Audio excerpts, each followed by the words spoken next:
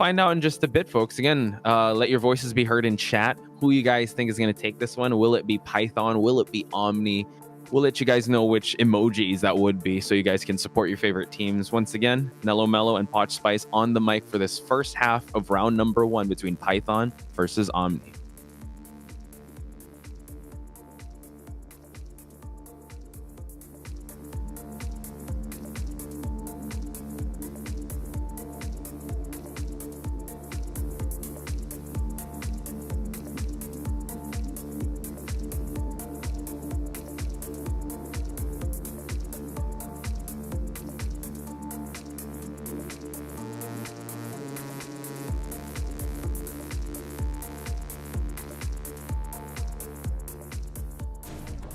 All right, coming into the match of the first round, first half, we're seeing Opera Singer is already being really aggressive, trying to look for the first target.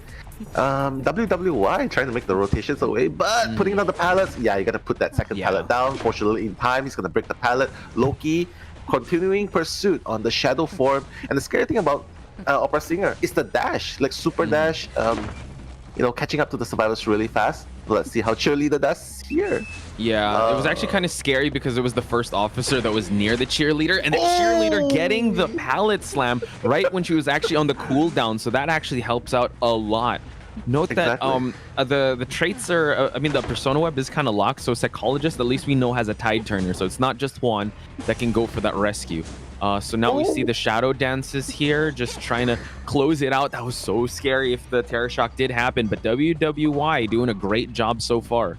Oh no, and the tram factor, the RNG is gonna help WWY extend the kite even more.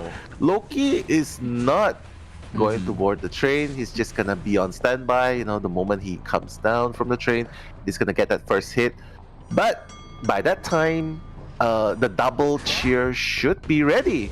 So WWY, first hit by Loki so far, but 3 ciphers already done at the moment, Posh. Yeah, this is actually a great scenario for Omni, because like the kiting route that WWY is taking is not disrupting Cypher Rush. The best thing you can ask for in an Opera Singer match is to get a 3 Cypher kite, and he's doing just that, forced out the blade. WWY, oh my god, using the cheer here, and now Omni having to, WWY having to fall here, while Loki unfortunately falls down at the, drops his first survivor in the 2-minute mark of the game.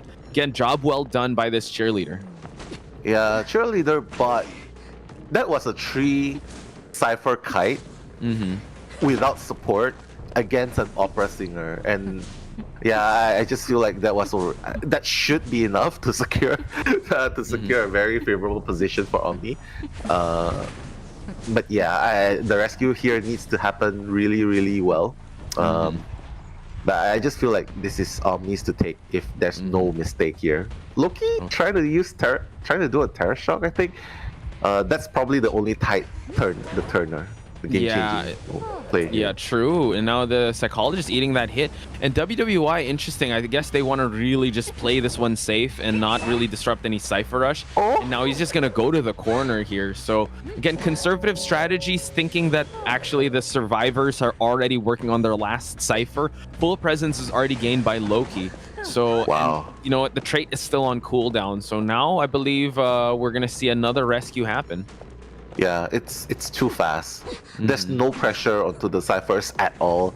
Amazing stuff. Like WWY choosing to die at the corner as well. That's so far away from all the other ciphers. The last cipher is going to be pressured now, but it's already at 82%. Yeah.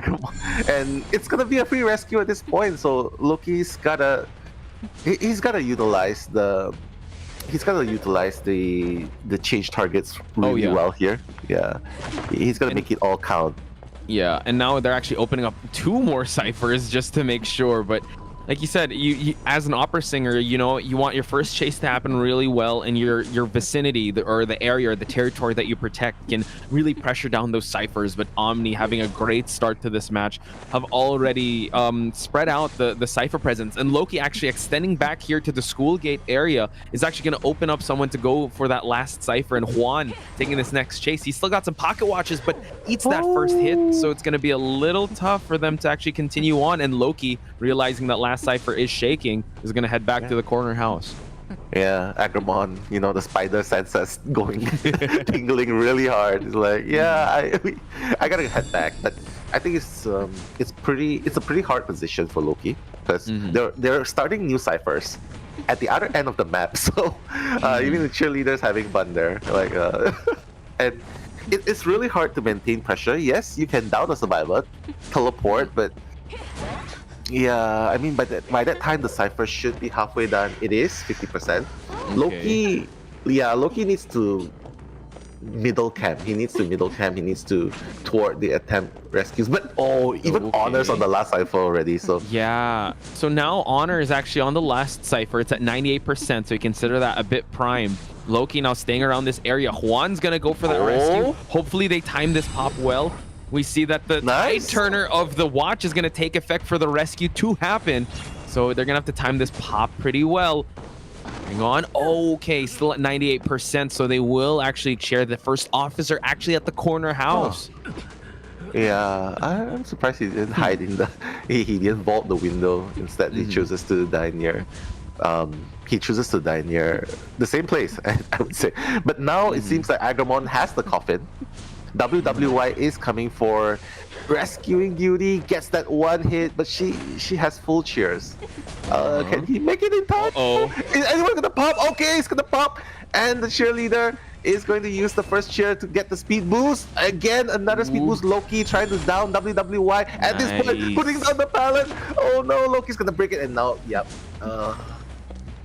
Yeah, WWY just playing out of his mind here.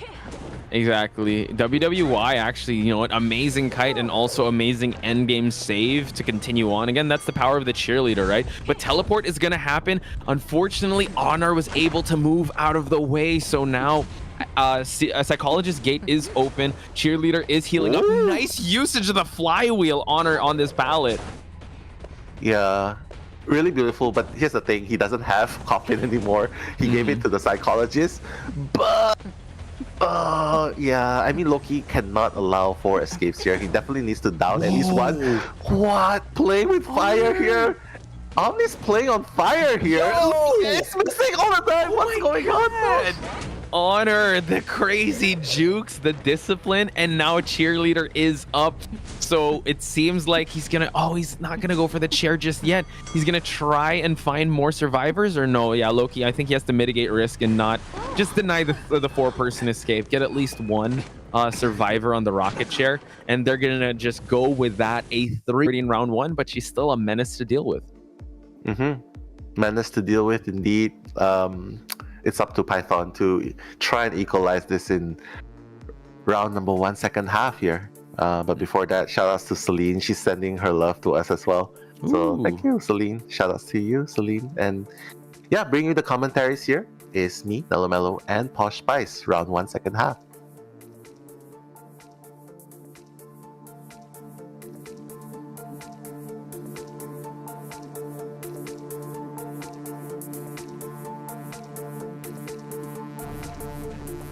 All right, folks, we have a Dream Witch on deck on Pit Stopper's side, already at the graveyard area where the patient is. And now we're going to see him go for that leech onto this patient outside the windowed area. So let's see what route Zweller will be willing to take. He's actually going to go double back here. So great route, like just making just the mix-up that he was able to produce. And now it seems like Patroller is ready on the main body. Nope, but he's actually going to go for the follower Patroller. Nah, not gonna be able to use the hook that time. But Zueler, beautiful stuff.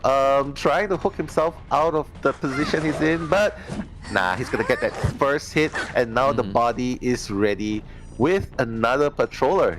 His stopper just needs to set himself in a better position because Zula is already ready with another hook. I think Zula's planning to head back to. No! It got cancelled, Posh. It did. That was so unfortunate for him. It got cancelled, and he didn't have to use the Patroller. I mean, it was a main body hit for 2 hits, so Pit Stoppers, again, amazing start. Didn't waste any time, you know, re-leeching or reapplying the leech. And it seems like, Gardener is actually going to make that jump down there. The bubble is ready, though, so this is actually disrupting some ciphers. So Pit Stoppers able to gain some presence here and also put a stop to the objectives being fulfilled. Yeah.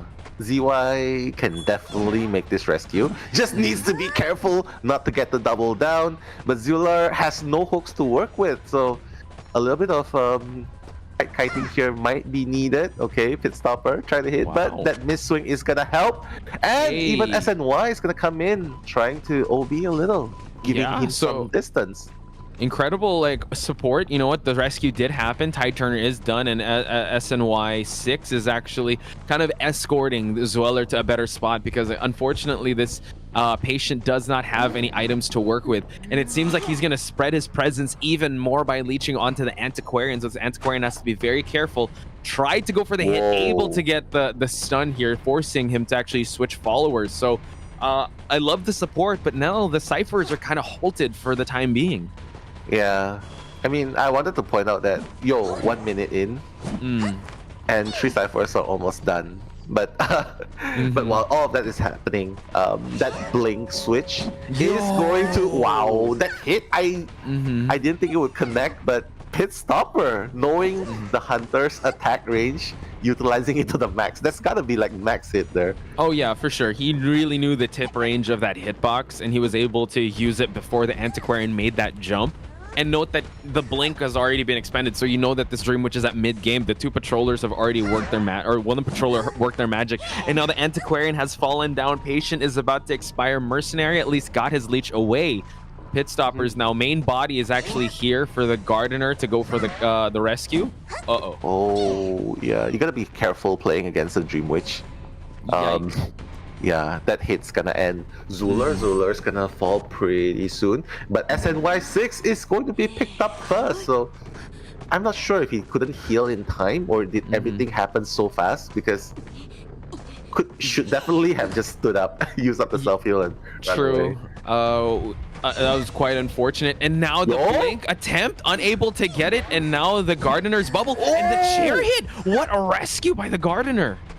Beautiful stuff by Lanyang over there. Beautiful stuff. But Zular is going to pay the ultimate price. Yeah. he thinks the Dream Witch is going to let go of him, allowing him leeway. But nah, Pit Stopper is gonna play smart. He's just gonna get him down pretty soon. There are 2 leeches on the map. Everyone's injured at half health. This is not the ideal situation you're gonna be in, especially if you're playing against a DW. And what's scary is that this Dream Witch has control of the center map. The center cipher is super important for them to actually add more pressure around. And that center cipher is actually, I think it's one of the 63 or 55 ones, so they have to open up another one. So yeah, the survivors are spread out thin. They're all injured. Antiquarian has barely a bamboo stick left, and Mercenary still has 2 elbow pads. So utility's not looking too good on the survivor side. Elian now trying to hide behind this pallet, able to get it. Good discipline so far, just trying to provide enough time to be bought for them to pop ciphers. You hate it when that happens, right? I know. You try to put down a pallet, but hey, you're supposed to be on the other side. Like, I know, I'm always on the wrong side of a pallet, man. But it happens to the best of us. And now the Gardener gets leeched. Antiquarian, and all of them have D-leeches. But the thing is, these ciphers are kind of two ciphers, right? Because whenever you hear the heartbeat, you have to move on away because you can't afford to get hit. And it seems like the Mercenary has to get hit to make that rescue happen. Yeah, Mercenary's gonna go down pretty soon. And you can see how fast, not even 5 seconds and he's already down. The bubble's gonna help Lang Yan further kite a little bit, buying a little bit more time. But again, no one is touching ciphers. And the blink hit is gonna secure that down. And even as it comes down, oh my goodness, 3 people down. 3 person down. The thing is though, he has to do a little cleanup here because they can still heal up, but Pit Stoppers, what a terror, like not letting the survivors breathe even just for a second. And he's just gonna do some cleanup. It's only a matter of time now before he gets the 4-man elimination, meaning he's gonna get 5 points for his team. Again, incredible showing. Like, there was a bit of a back and forth, but ultimately it's like, yeah, you know, Gardener did get a good rescue going on, but even if you want to make Aeroplanist waste his jetpacks, that's also good.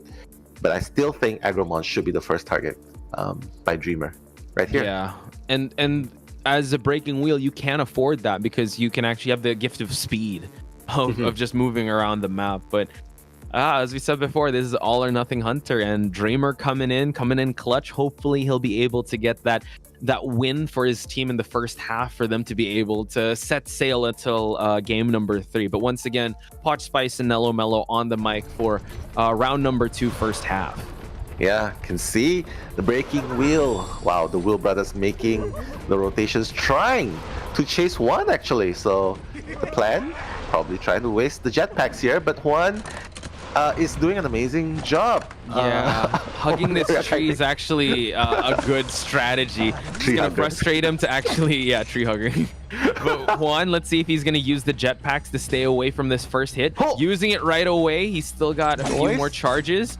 One more to move away from the trap, but the trap is gonna slow him down though, Nell. Yeah, he missed the second dash. Otherwise, he could have probably gotten a little bit further. But Juan already half health. One spike onto the aeroplanist. Yeah, he's already got the full presence actually. Sorry, he's already got the first presence unlocked. Yeah, the extended spike. So that's all he would need, and now he actually is gonna try to chase him on foot. He's still got some jetpack to work with, so let's see where he's gonna try to opt to go for. Gets hit by the trap. What a two-pointer fadeaway shoot by Dreamer. That was super good. You know, before the aeroplanist could make any moves at all, that perfect trap got him down. So first person down the chair, Posh. Yep, and now Agramont is going to have to go for this rescue. The Gardener, unfortunately, has that wanted order as well, was spotted out early on. Gonna use the bubble to just make sure, but the trap is gonna try to prolong this first rescue, but the last effort popped right away, so again, farmed off a hit off the aeroplanist. Yeah, I think it's still okay, but Agramont getting that spike hit, sorry, that snap. That snap, he's definitely not coming back for another rescue. Yeah, because the idea is if you still have full health, you can still come back. But yeah, now that I realize there's not exactly a dedicated rescuer in this team. It's actually the aeroplanist, that does have that second tide turner. So they might go for a sacrifice play here unless they kind of just keep Tinnitus in the area so that Dreamer will be preoccupied first up. But WWY actually is tempting fate and trying to go for that Cypher. So not sure if I agree with that because he does get spotted out early on. Again, he had wanted orders, so I'm not sure if he's actually going to try to make the attempt for this rescue, but it seems like they made a backdoor rescue. Oh my god, excellent sleight of hand there. Now hopefully we see an amazing kite come from this aeroplanist. He's still got 2 jetpacks. Nice usage of the jetpack to go over at the first stop. What a beautiful dash, like going up into the air, dashing straight into the first stop. That was super good. And they're going all the way. And he's gonna make it. He's gonna cut it through. Nice. And now forcing him actually to chase on foot. The trap slows him down. Able to hit the Gardener instead of the aeroplanist. And now the Acrobat with the silence. What a beautiful teamwork by Omni Survivors there. Like that was amazing. They prolonged the aeroplanist life all the way up to the final Cypher. So and now aeroplanist has 1 jetpack left. The last Cypher unfortunately is still at 10%, so Juan is gonna have to do an amazing job here. Uses the jetpack to move along here to hide behind this pallet. And now a second spike would actually grant him, but no, gets the blink and now expended the trait this late into the game. They're still fighting, and we see that the Acrobat can drop the pallet. What a play! Honor! Beautiful leap into the pallet slam, and just like that, Aeroplane is still up and running. And look at the Cypher Posh, it's already close to 60%. Okay, so Aeroplanist, this is actually an intense game. The last Cypher is moving on slowly. Aeroplanist has to fall down to this snap, and I don't think they have any stuns to work with anymore, so they might just have to go for this pop since this is the end chair of this Aeroplanist. But what a play by the survivors here. Yeah, they're just gonna go straight for that pop and push for that end game. Again, they only need a tie to still hold on to their lead here. Yeah, a tie to hold on to the lead. Dreamer has already changed to Peeper, so the teleport would not be in play here. Agramon, 1 snap, probably. Wait, there's no snap just yet. And he's probably gonna embalm. Is he gonna embalm in time? I don't know. Oh no, he's not gonna embalm in time. Yeah. I don't think that's gonna happen. But the exit gates are opening up. WWI has to be able to open it up. It seems like they're able to get a tie. So again, we talk about how Breaking Wheel is an all or nothing, but in this scenario, they're still able to get their victory conditions, which is that tie, and WWI getting the escape. Success. The first kite needs to be strong, while the opera singer still does not have presence built. But with the painter, it takes time. You gotta look at the hunter's face before you can start painting. But ultimately, I think they have a good shot here. Right. It just depends on minimizing the mistakes made. True. And with that being said, folks, would this be the last match that we're going to see between Omni and Python? We're going to find out in just a bit. It's going to be Python versus Omni, round 2, second half. Once again, Potch Spice and Nello Mello at your service for this matchup. Yeah, coming into the match, fast and furious. I can see that the opera singer already making a chase, a beeline for ZY. Oh, ZY not getting caught at the wrong side of the pallet this time. That's good. Nicely done. Yeah, just spam the pallets early game. Even if you get the first hit. Whoa! Try to double back attack. Yeah, and now, he's going to use the remnant to just, negate that pallet being used. And now, Opera Singer getting enticed by the painting. Again, good usage, but now he's going to have to drop another one. So, again, he's going to have to kite for a little bit longer, even though this is going to last a minute. Oh, tried to go through the pallet, but that was so close, Nell. That was super, super close. And Pitstopper has his bling ready. Oh, and he doesn't even need to use the bling. And that's a classic example of how you use the shadow to catch up. Pitstopper used that to the full extent, right? Like he didn't miss, and it helped him catch up to the painter without wasting the bling at all. So pretty good start for. Yeah, I would say very calculated, very efficient. Like Pitstopper is not like shadowing back and forth like we usually see, like staying in the shadow realm. He's just waiting. Very reactive play style so far. But now, just close camping because he knows that they need to be able to get this rescue going. But it seems like because it's gonna be harder if they actually don't get this rescue. But again, it's the painter, so you can actually make him sit in the chair for a while. Mercenary cannot get Terror Shock here. Oh my God, no! Oh my God, just as you said, he couldn't get Terror Shock. He got Terror Shock. And ZY's painting is not even done. His painting, I'm sorry. Oh my God. His painting was 90% done. And he got hit by the charge attack. And that's going to be a double down. The ciphers are not looking good at all. Like 2 ciphers done. But at this point, you got to get more than just one. Oh my God. Yeah, it's not the best outcome, but let's see how they're gonna try and mitigate this situation, because again, you know what, pressure is on their side. Omni is leading in terms of points, and SNY is actually gonna get chased out of his cipher, and now he's gonna actually go back to his remnant just to check. So at least that buys him enough time. You know, Zweller is actually coming here onto the cipher, and also he has tied, gets the hit and gets the rescue. So now let's see how they're gonna try to bounce back from this, because I believe the painting is ready. Wow, Pitstopper avoiding the gaze of the painting. But he's gonna head back right where the painting is. Pitstopper, he's finally gonna be enticed again. It's gonna buy him a little bit more time. ZY's already in the 10. But SNY 6 probably needs to help body block a little here, but the blink is up. He's not gonna use blink here. SNY 6 blocking, blink. Oh no, he's not gonna blink through. Forcing the hit onto the psychologist. So still holding on to this blink nil. So now Zai needs to be able to survive this one. But out in the open, at least, you know what, there's no shadows that will be coming out. Gets hit before he's able to drop down the pallet. And that is the last chair that we're going to see this painter on.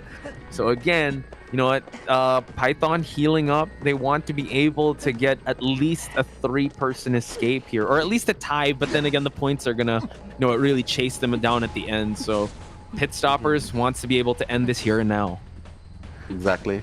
Pitstopper wants to show his dominance here with Opera Singer, and quite frankly, he might be able to do it right here, considering the last cipher isn't even primed. But the first hit onto Lang Yan, Yeah, I mean, it's good that Python took their time to heal up everyone, so they still have a fighting chance. The fourth cipher is about to be done, but Lang Yan has no more paths to work with, Posh. Yeah, so now it just seems like, now the blink gets expended for the mercenary to fall down. Last cipher still sitting at 22, and I believe the trade swap already happened. So it seems like, yeah, he's just gonna just force anyone for any activity. So it's just the last cipher, and they might have to open up another cipher just to spread the presence too thin. But this this opera singer, just the mobility is just so on point. So it seems like he's gonna catch as well, or trying to heal up Elian. So he's gonna go for the chair here.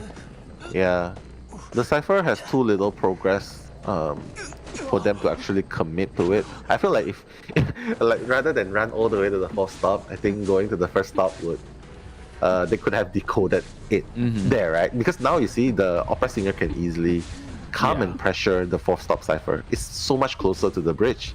Mercenary gets rescued. And Psychologist forced to actually go away from the cipher here.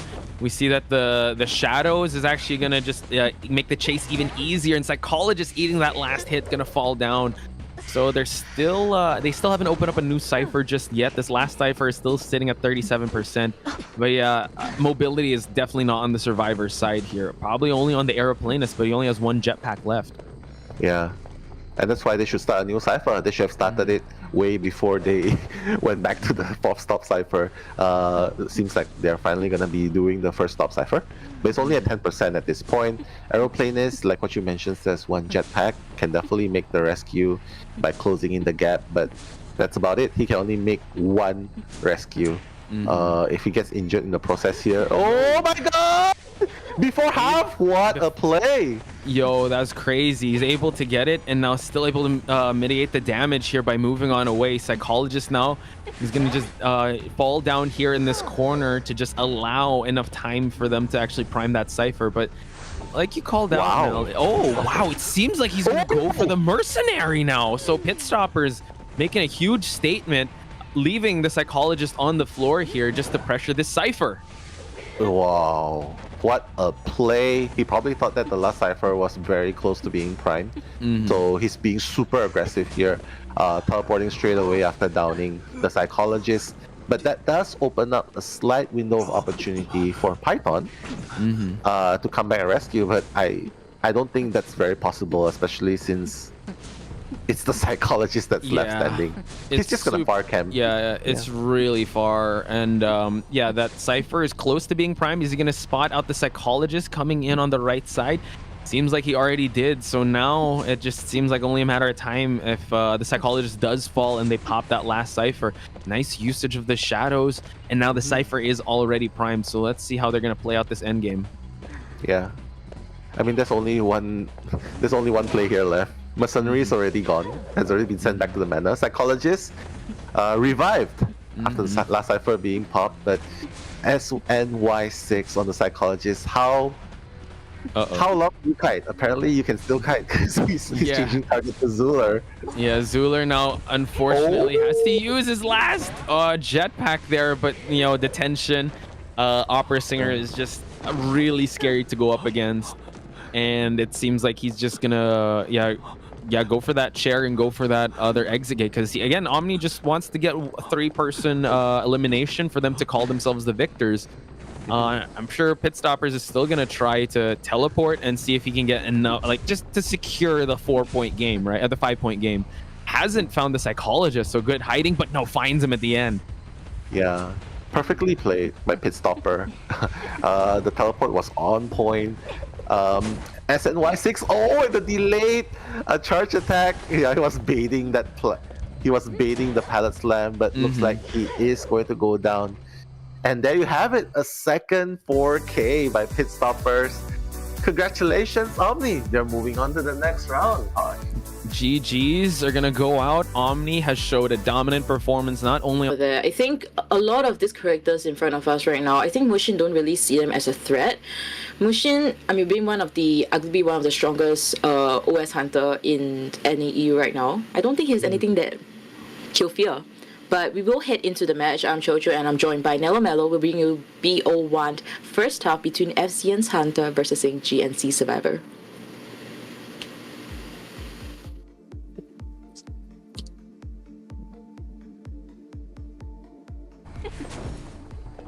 All right, there you have it. We are gonna watch young and rich, tall and handsome being chased by Mushin from Fusion. He's still finding his first target, going through the window. Probably gonna spot out YL very soon. But Funby is in the vicinity, so not a very good idea to have two survivors flock at the same area. But it seems like Funby is gonna be moving away from the position, and YL taking the first kite. Cheerleader still has 2 cheers to work with. Mushin breaking pallets. Yeah, he's just gonna keep breaking. Wait, he's not gonna break this pallet. Oh, the cheer is gonna help a lot. That's why. Oh, but the slowdown right after here though might potentially give Mushin a chance to get that hit, but Cheerleader was a lot faster with her fingers. YL trying to rotate out of this area, but might potentially bump into 7. Can Perfumer potentially block a hit here when she gets nearer? Possibly, but we'll see how YL rotates over here. Yeah, I think 7 should just keep to the ciphers because ciphers are not exactly at the best now. But YL seems to successfully avoid the first hit damage, but the blink is gonna be utilized. But it's fine though because YL YL going through the window, getting a little bit of boost, but no cheering to work with, and seems like it's gonna go down pretty soon, Chocho. Yeah, and successfully mind games Mushin out of that area, and Mushin kind of got lost a little bit there. YL able to establish quite a big distance against Mushin's Opera Singer, but will get this hit in front of the Cypher. Almost a 3 Cypher kite now. Yeah, beautifully done as well. 2 minutes in, 3 ciphers almost done. Cheerleader still has 1 cheer to use, especially after being rescued. Probably be 2 by then. That's already very good. I'm just kind of surprised, Chocho, that YL didn't use the flywheel because he doesn't have borrowed time. So. Yeah, I mean the question begs, right? If she managed to flywheel in front of the Cypher and vaulted that window, could it potentially help him or her kite out longer? But now Wilson Wei will come for this rescue, but elbow heads backwards instead.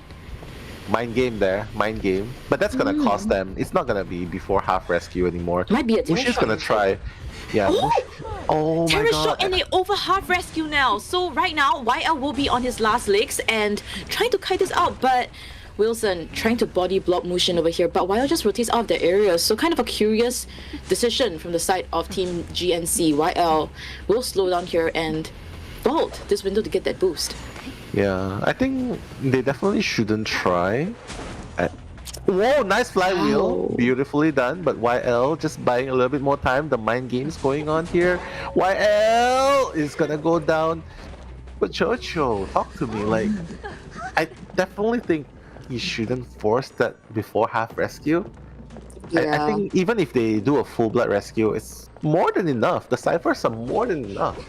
Exactly. I think this is definitely when it comes to experience already, how to gauge and also to take note of that chair progress. I mean, it was really at the edge already, and still with that terror shot, unable to do that. But Funvi unable to get that shield ready and will get that hit easily by Mushin. Mushin trying to narrow down the pathways over here, but Gardner notes Mushin's movements. Yeah, I mean, considering the fact that he got a double down and he rescued after half. The progress of GNC is still very good. Look at the Cypher progress, it's still very good. The shield is gonna work this time. Wow, nice timing this time, but he's running towards Wilson and I don't know, man. The terror shock onto the Gardener. Fundy's gonna go down. Mushin is probably distracted by Wilson Wei's Cypher, but little does he know, wait, 7 Cypher is moving super fast. Probably should have stopped. Amazing discipline coming from the Perfumer. And we'll be able to rotate out of that area using that perfume. Nice perfume, but... Oh, nice! There, wow, 7 with that perfume. Able to return and not get a single hit on. And doesn't have flywheel, so I believe the hit might register over here, but... God! That is the beautiful play! Oh my god, that play got me awake. seriously, that's the kind of perfumer mains that we wanna watch, right? Like super perfume in the palette, into a palette breaking, and then resetting the damage. But while all of that is happening, ciphers are being pushed. Mushin is facing danger at both ends because this cipher is at 61%.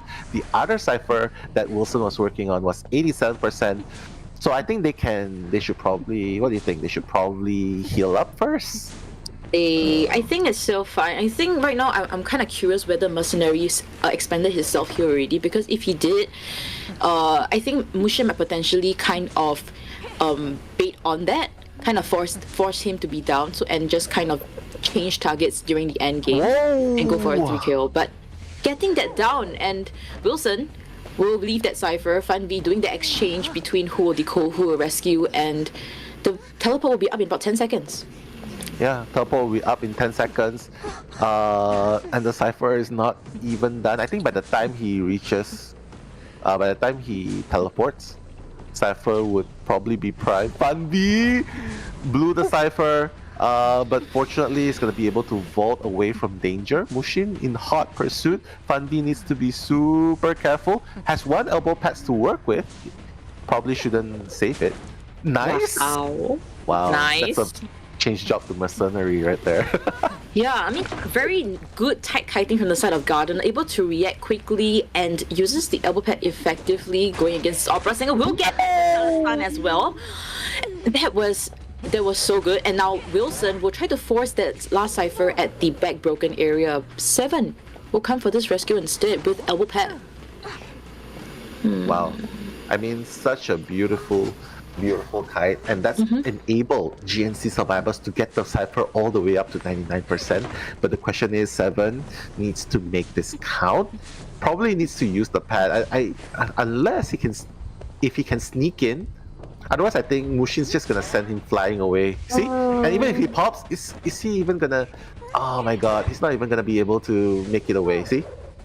And he can potentially just change target. He doesn't have to just chair this Gardener. 7 trying to kite for his life and use the elbow pad. Mushin still trying to dedicate his time onto this perfumer. He knows that once he dedicates and manage to get her down, he can potentially go for that 4 kill that he may run with this Opera Singer. 7 still able to kite Gardener. Does she have enough time to get up though? She does. Oh, the mind game! But Mushin one step ahead. It does allow the Gardener to use self-heal in time. And judging by the way it is, I think Gardener should probably not run to the back gate. Because Mushin has teleport up already. But Mushin's not going to teleport straight away. But is he going to be enough to buy time? He has the shield! No! The shield! Wow! Can he manage to body block or not get that hit off? Oh my God! GNC! The tournament, and it's a very pleasant surprise. I don't know if Fusion has expected this, but I guess we'll have to find out and see, because right now, Fusion Survivors versus GNC Hunter. Round 1, second half, bringing the commentaries is me, Nello Mello, and Chocho.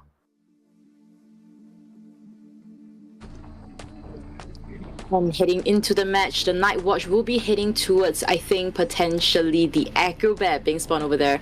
The rotations have started among the 3 survivors. First officer will just get on with that decoding, since he's one of the slower decoders as well.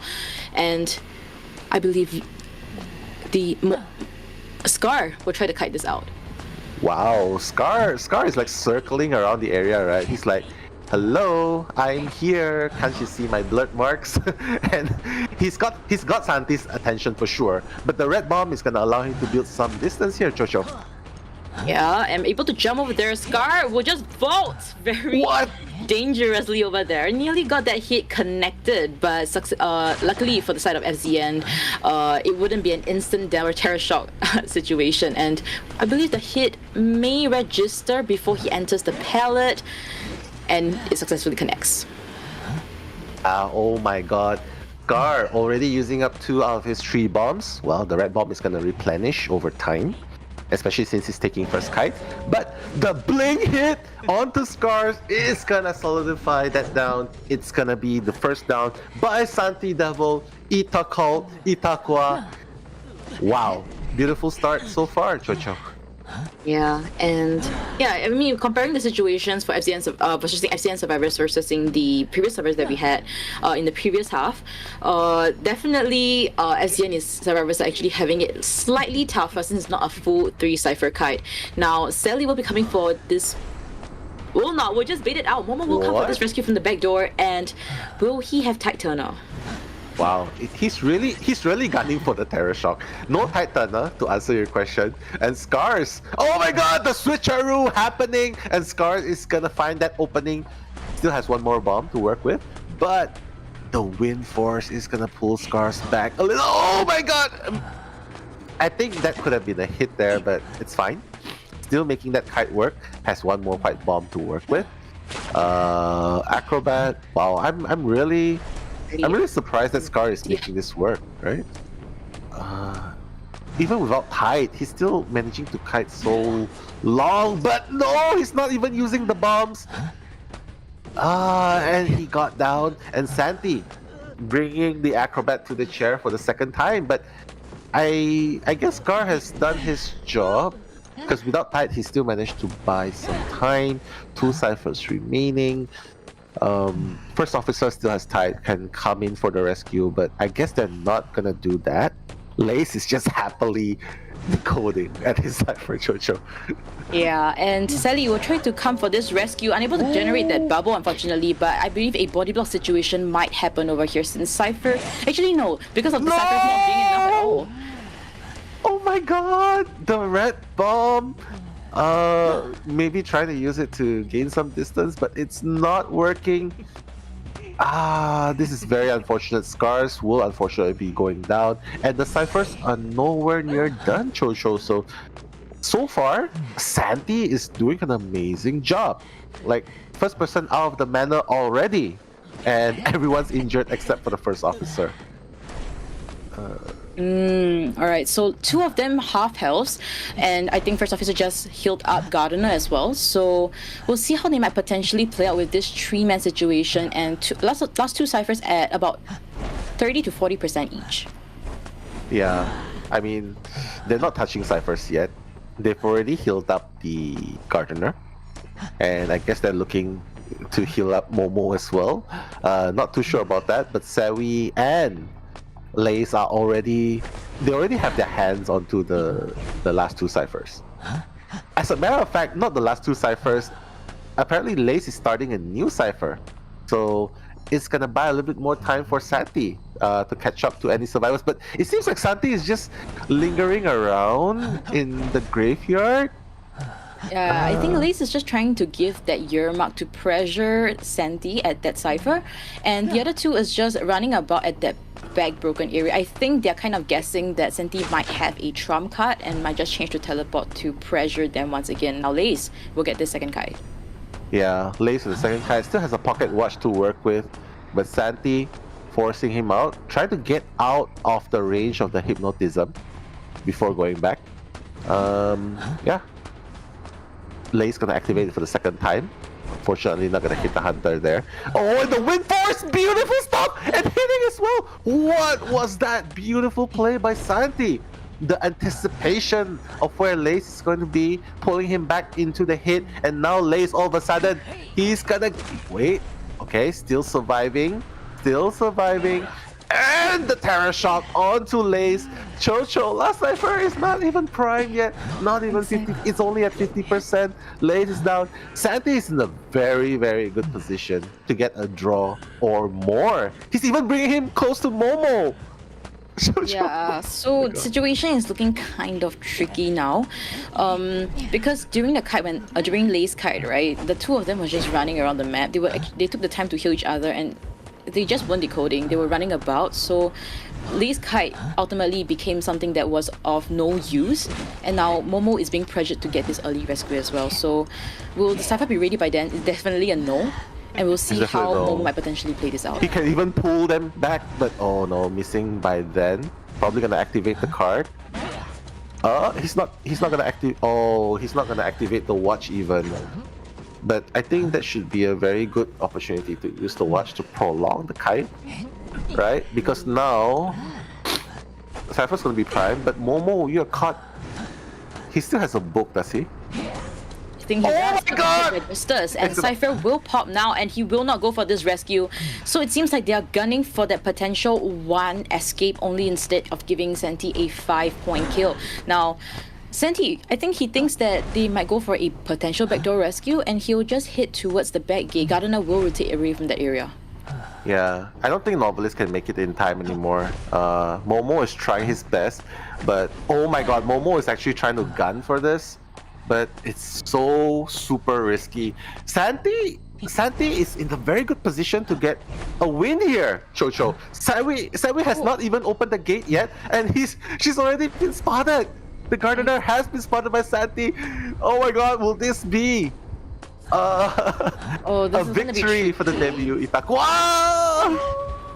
And the hit registers onto Sally, and this will then secure GNC with that win in BO1 in their map selections at Red Church, right? And now Momo will open this gate successfully. There is no teleport available. Yeah, no teleport available, but Santi has to be really happy, keeping the hope of GNC alive up against a... If you want to chase first, I think you can make the aeroplanist waste the jetpack first. Because by the time you reach 7, he's probably done setting up at least 1 or 2 slow music boxes. He's gonna make it even harder for you to chase. Once you break it, he's gonna rotate to the middle, right? But, you know, anything can happen. We don't know the minds of Mushin. But one thing's for sure, we are happy to be your commentators for this game. Round 2 first half, bring you the action. It's me, Nello, and my doggo, and Jojo. I'll show you guys the doggo later. So stick around. We're heading into the match. Hopefully the aggression from Nell's dog will be as aggressive as Mushin's post goal in this matchup.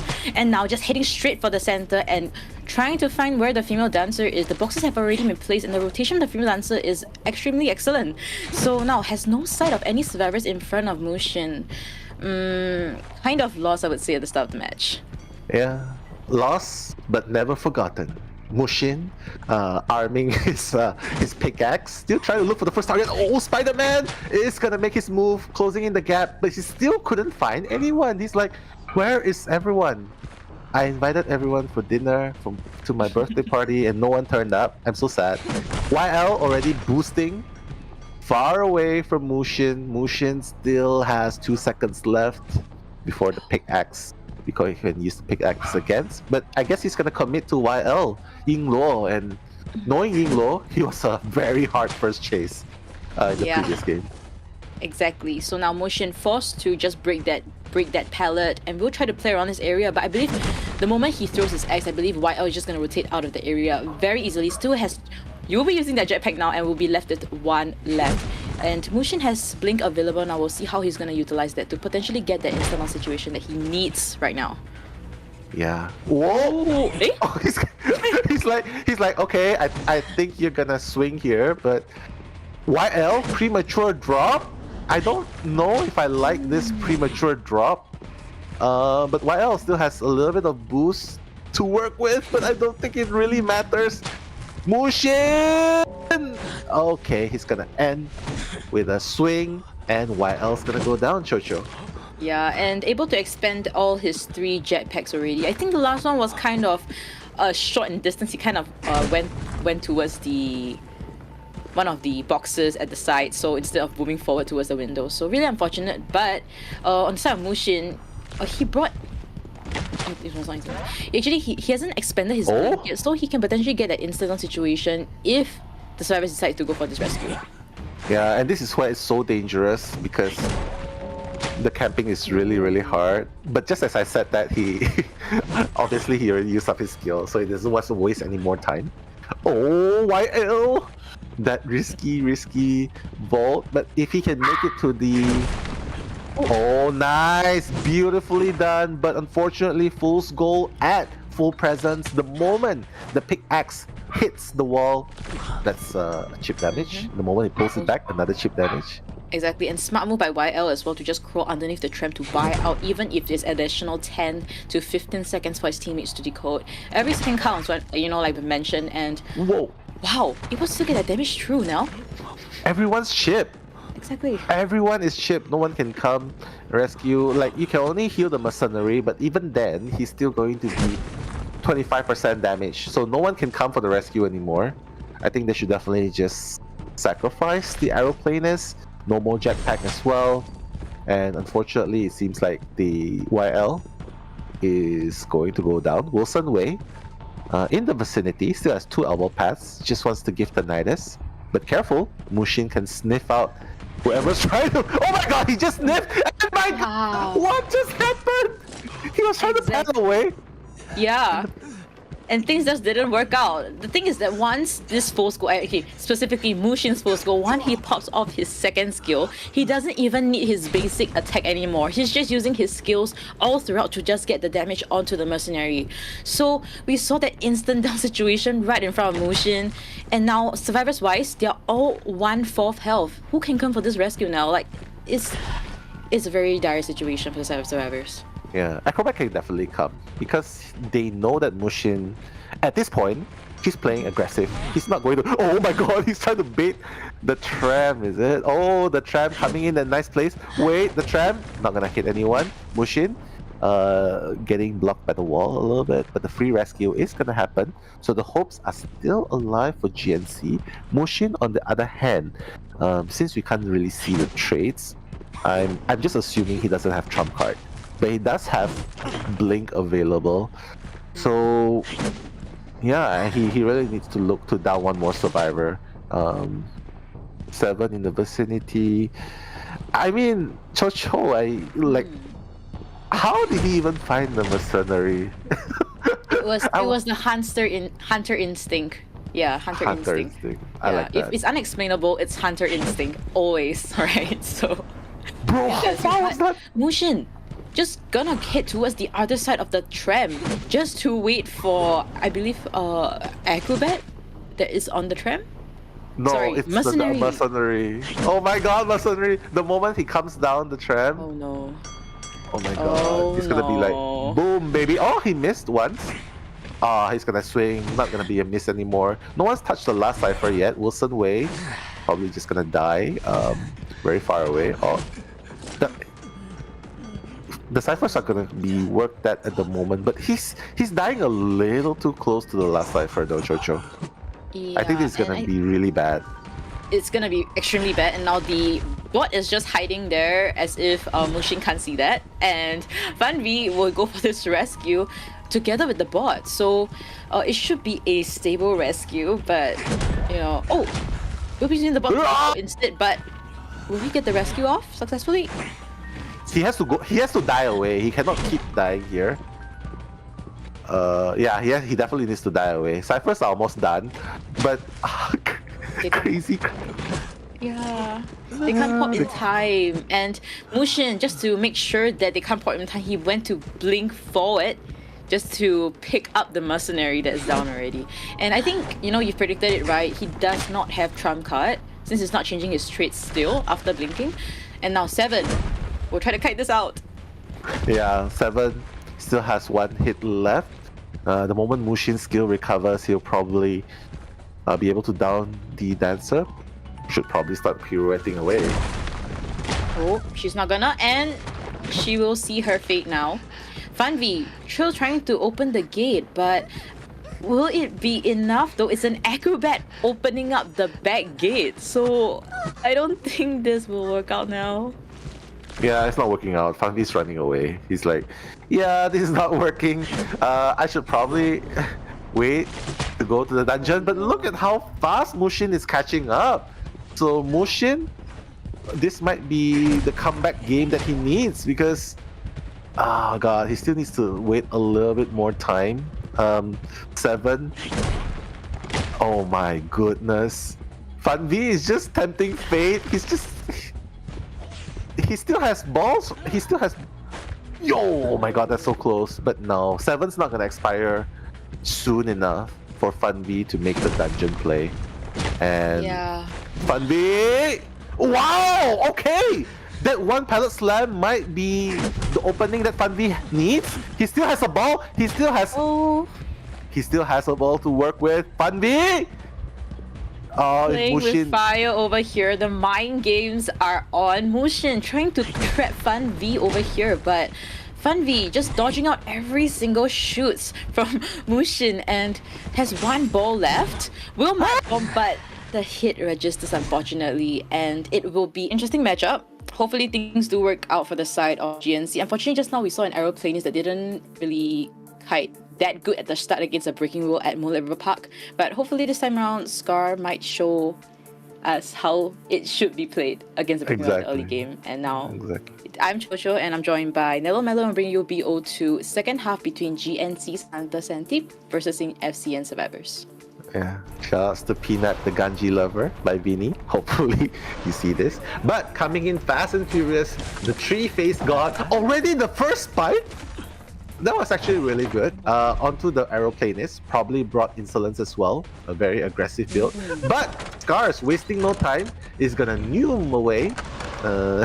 Already on the other side, but you know, distance doesn't mean anything to the breaking wheel. Oh, is he gonna get pallet here? No, he's not. I was like, bro, that was so close. But he misses the snap, Choch.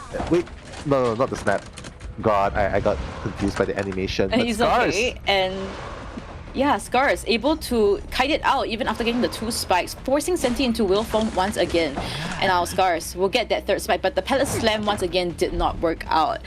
And Aeroplanist still has one more jetpack to use. That's his last one already, so we'll also interrupt Momo's cipher at the same time. Yeah, he's using the jetpacks really fast, but hey, anything you can do to gain the upper hand, right? But the one thing I'm really surprised is he's getting spiked so many times.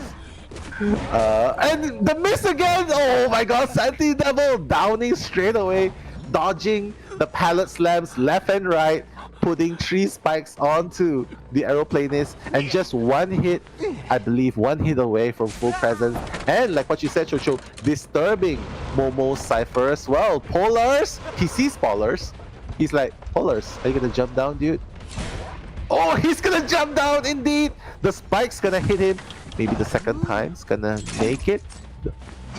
Oh, unfortunately, and it wasn't a terror shock, so very excellent rescue from the side of Polas. Very patient and, you know, fast fingers, fast reaction time to not get the terror shock once again. Now Scars trying to kite it out, but has nothing to work with. We've always been seeing the aeroplanes, right, being the but bringing the tight turner. So I guess hunters do see that as an opening for them to actually chase aeroplanes and forcing Senti to waste 15 to 20 seconds because she's sitting on the tram.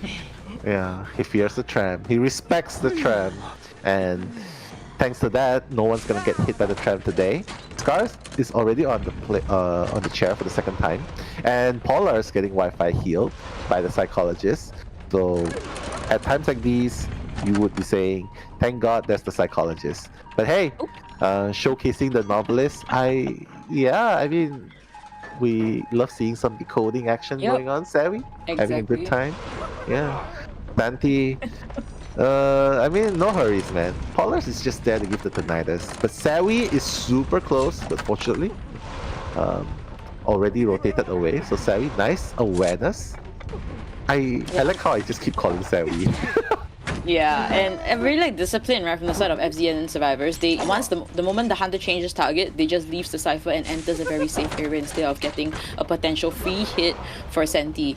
Now Senti still has Blink in about 28 seconds, and Sally I think might not have Flywheel to potentially play out with, and will get that hit right on one of their last few ciphers. Nice. Zawi is gonna go down, but Polars already on the last cipher, 47% so far. They're actually starting the 6th cipher. They're already working on the 6th cipher, and why not? But Momo needs to be very careful here, Chocho. But Santi's gonna miss Momo. Oh my god. Oh, he's gonna allow Momo to close the gap. But wait, Santi coming back in. He knows something's wrong. He's trying to catch Momo off guard. If Momo gets double spiked here, it's gonna be super. It's gonna be super hard. He's Momo. He's waiting. Oh, canceling off! Nice! Canceling off the burst spike. Okay, alright. He's gonna half come rescue in. as well. So, the both of them are at the last two. Oh, he's being slow too. Psychologist has slowed down, and the hit will register onto Novelist, and there is a potential basement chair over here. We'll see whether Santi goes for that or not. Yeah. I mean, he's definitely going for it, right? He's like, yeah, nothing to secure, to solidify your winnings than putting the survivors on the basement. But I guess it doesn't really matter because you're not gonna camp. You're not gonna camp, right? Sawi going, oh my god, Santi! Wait. Oh, Oh no.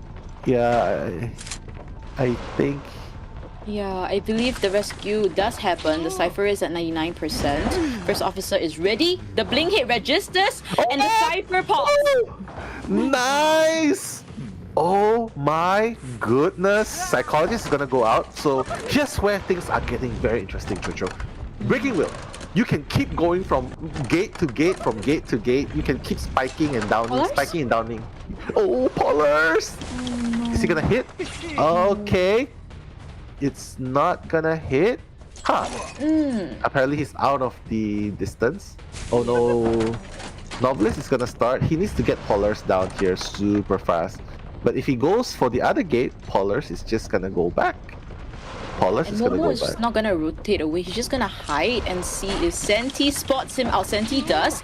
Spike. Double spike happens. We'll see how accurate this jump would be. And Momo unable to get onto the tram, unfortunately. And that's a rotation, but He doesn't dare to this go is a little to... bit confusing. I'm playing with fire over here.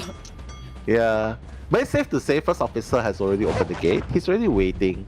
He's already waiting at the... Oh my god, Momo. Will he be able to make this happen? The dungeon is pretty far away. Sure, yeah. Yeah. Momo can just keep, you know... Oh, Is it the center? oh, wait. Does he have 3-9? He does. He does have 3. He does have 3-9, I think. Wait. Momo is still making a rush for it. This is so dangerous. But Santi should get this. Wait a Does he goes minute. from the Novelist? Wait a Can he minute. make it? Momo, he is very close. I think he will, and that solidifies that tie for the side of Team. Redemption kite. That's the only thing I can Alright. say. Redemption kite. Barmaid's like, yo, bro, I definitely, I told you I don't want to play rescuer. I'm definitely much better as a kiter. So Wilson Wei probably looking to redeem himself with a barmaid and spawning, you know, just next. Geisha choosing to spawn next to the barmaid as well is probably like a statement. Yeah, I got you once before. Even when you have pads, now you don't have anything, just liquor. The Dublin, I can definitely catch up to you. But you know what? Everything will be settled in this first half of round 3. Bringing the commentaries is me, Nello, and Cho. Let's go. Right, and Geisha just heading straight for the Bami. Bami is rotating already, but has this slight heartbeat that she's feeling at this point. Oh, but we'll just change targets to the person at the center, which is the cheerleader. So, Oh my god. oh, we'll go for Fun V instead, the acrobat.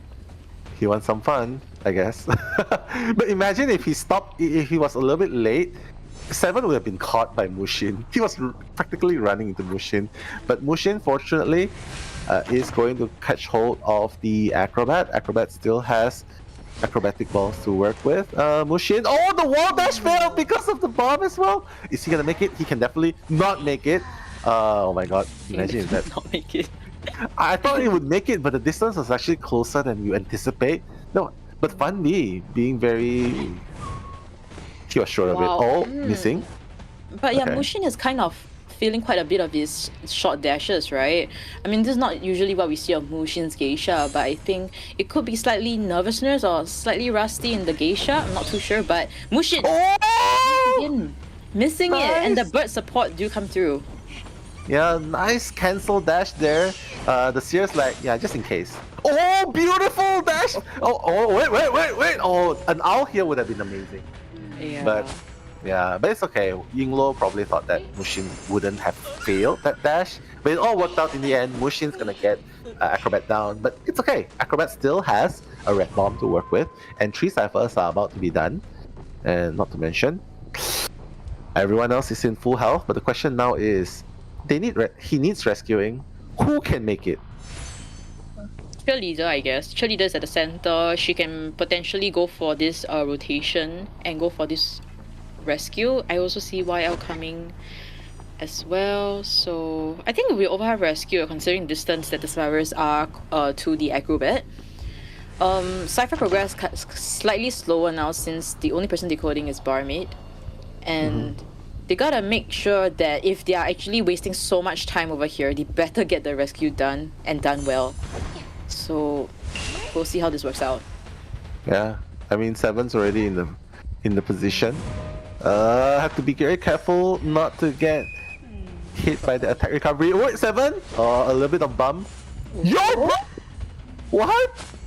A little bit ambitious there. I don't think we should overcome it like this.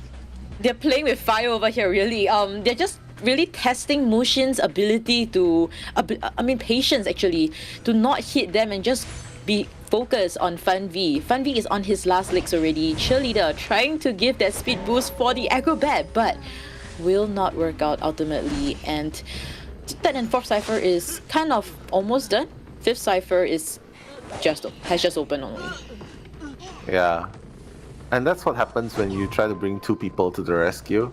Like, if you have a rescuer, that one rescuer would have been enough to make the rescue, right? It's a geisha. But then again, they probably couldn't have foreseen it. Mushin, yo, YL!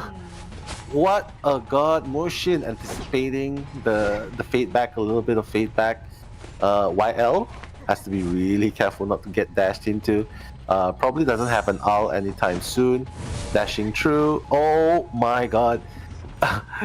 This pallet boost fortunately giving him enough speed to run to the next window.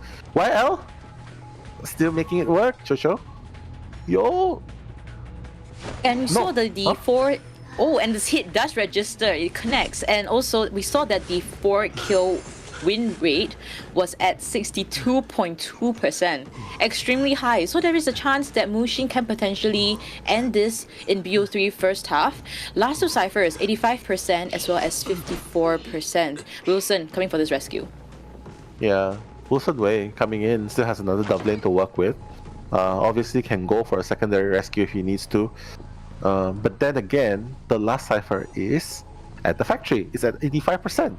And without Titanner, I don't see how the Seer can leave this area safely, right? Because if you die here, Mushin is just gonna keep camping this area. Yeah, and you know what will be more detrimental here? If the drop down hit registers, or a terror shock, potentially. Oh, what patience! Wilson playing to perfection here, but no, he's gonna decide to chase the barmaid instead. Okay. Wow. It registers. And now Seer will be around this area trying to exalt one more bird. And now last cipher, 99%. Cheerleader is ready to pop that cipher, but will just pop. Because they don't have 3. Oh, yeah. no. Where's the flywheel? Because the Seer doesn't have 3 and he doesn't have an ult and yeah, and Geisha has a teleport. This is super possible for Mushin now because he can just instantly teleport. No, wait, no. Nah, he doesn't know. Oh my god, the instinct! Oh my god, the instinct! He knows they're not gonna risk it, he knows. Oh my goodness, Fusion taking Decoding progress. So hopefully this time around when we go inside we'll be able to see some talent persona while we look into BO1 first half between Omni survivors going against FZS Hunter Mushin. I'm Chocho and I'm joined by Eli O. We'll bring you the live commentary of this match.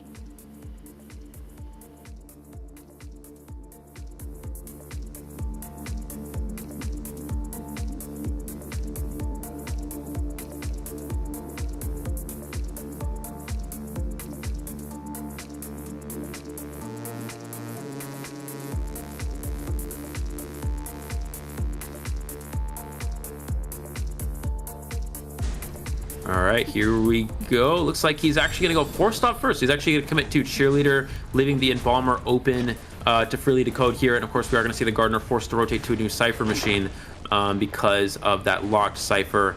And yeah, here we go. First chase on to the Cheerleader here. Let's see if this goes any different. We saw WhatYes use the Cheerleader very effectively in the last round against Loki's Opera Singer. And of course, we are on a different map, different situation here. So far, doing pretty good. Going to utilize these pallets, going to get these down. Cheerleader, of course, is slowed down for the time being, and her ability is on cooldown. But Mushin is not able to catch up just yet. Mind game with the pallet, swings and a miss. You see the hitbox of the Opera Singer being a bit suboptimal there. Yeah, WhatYes doing a pretty good job just kiting in this area. Needs to be careful about vaulting this pallet. Actually going to take the vault, a risky vault, but it does pay off here. And another miss swing there. That hitbox really not doing any favors to Mushin here, but he is able to get that first hit. We do see teleport as well. So interesting to see if he'll teleport away or continue this chase here. But looks like he's actually going to continue to commit to this survivor here. WhatYes is actually going to not use the pallet, which is actually going to cause him to go down here. So interesting choice to leave that pallet up here, maybe potentially saving it for a rebound kite. But you know, typically you want to you want to utilize as much, you want to keep the first kite alive as long as possible. That allows for extra decoding progress. Pretty good Cypher progress though for the survivors. You see the upside of not bringing a rescuer, and we're actually going to see a teleport away, trying to get a hit onto the Gardener. Gets a pallet stun to avoid the hit here. I think Mushin's going to be forced to either chase or teleport back, and we see him actually teleport. I don't know if that was a missed teleport or what, but so. Yeah. It looks like he's going to be forced to commit to Gardener here instead. Yeah, and now forced to change targets now. Agumon kiting very excellently against the Mushin's first skill already being popped. It will not hit the shield, unfortunately, and Agumon will try to kite this out. Mushin has to commit now. But I do like what Agramon's doing, utilizing every pallet here, right? This is what we talked about, keeping the kite alive as long as possible. Against Opera Singer, it's really just about buying time. So I think utilizing these pallets here is very smart here. And now it's really just a mind game of these pallets here. We see Agramon running towards the Hunters. Oh, another swing and a miss there. Is going to be able to get the bubble here. And so now this is just going to be a timing game at this point. Agramon's going to transition to the new pallet. I think just use this pallet again. It's the... No, it's going to leave the pallet up here. Teleports. And, oh, nice teleport from the Hunter to down the Gardener here. But it looks like Embalmer already coming in. I'm not sure if Embalmer is going to go ahead and use... trying to get a coffin, or trying to get vision on the survivor for a coffin. But, yeah, unfortunately does lose a little decoding progress because of that. But I think they're in a pretty decent position thus far, because this is actually the first chair for the Gardener.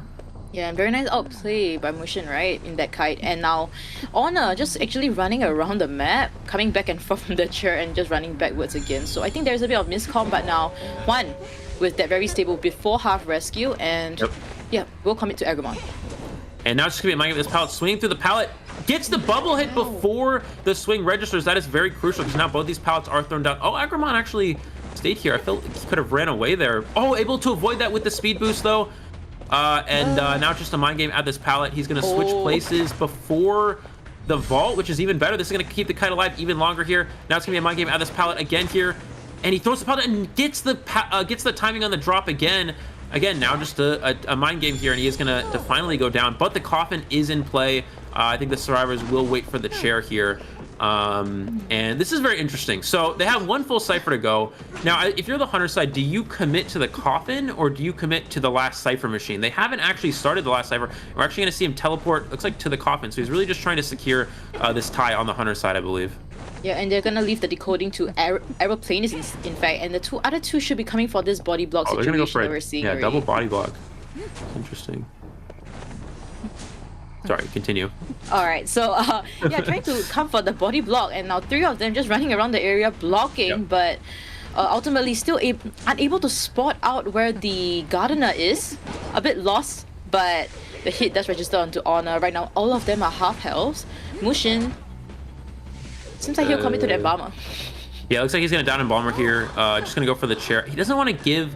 Okay, so this is kind of interesting because everybody's injured. So are they going to stop to heal, then go for the rescue? Or are they going to go for a double rescue when the Cypher's primed?